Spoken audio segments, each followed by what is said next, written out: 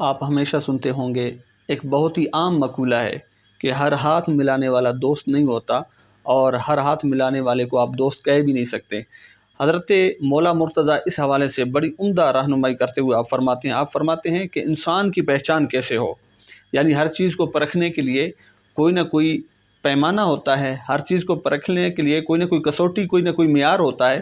تو انسان کو پرکھنے کے لیے کیا کرنا چاہیے؟ تو حضرت مولا مرتضیٰ فرماتے ہیں، لوگوں کے جوہر حالات کے انقلاب میں پہچانے جاتے ہیں۔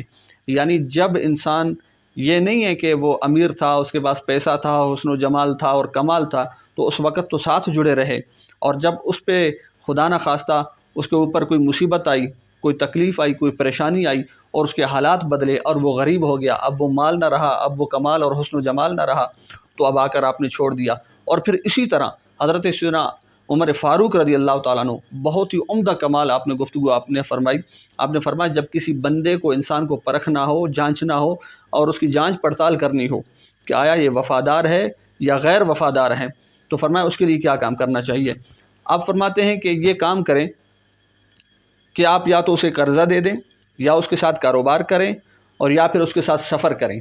یہ تین امور ایسے ہیں کہ ان میں بندے کی اصلیت اور اس کے اندر جو چیز ہے، یعنی اس کی فطرت و سرشت جو ہے وہ اچھائی ہے تو اچھائی باہر آ جائے گی، اور خدا نخواستہ اس کے اندر کوئی برائی ہے اور بد نیتی ہے تو وہ بھی باہر آ جائے گی۔ جب آپ قرضہ دیں گے تو آپ دیکھیں گے کہ وہ وقت پر دیتا ہے کہ نہیں، یہ آپ کو پریشان کرتا ہے اور رلاتا رہتا ہے۔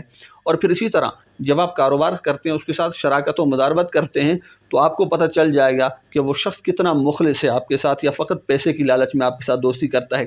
نمبر 3، جب آپ اس کے ساتھ سفر کریں گے تو آپ کو سفر کے دوران پتہ چل جائے گا کہ وہ کیا اچھائیاں آپ کے لیے چاہتا ہے اور کیا برائیاں وہ آپ کے لیے چاہتا ہے۔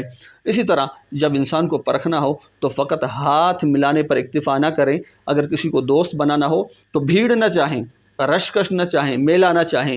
جب کسی کو قریب کرنا ہے، دوست بنانا ہے، تو ایک ہونا چاہیے لیکن مخلص اور وفادار ہونا چاہیے۔ اللہ پاک ہمیں للہیت والی دوستی اور محبت نصیب فرمائے، آمین۔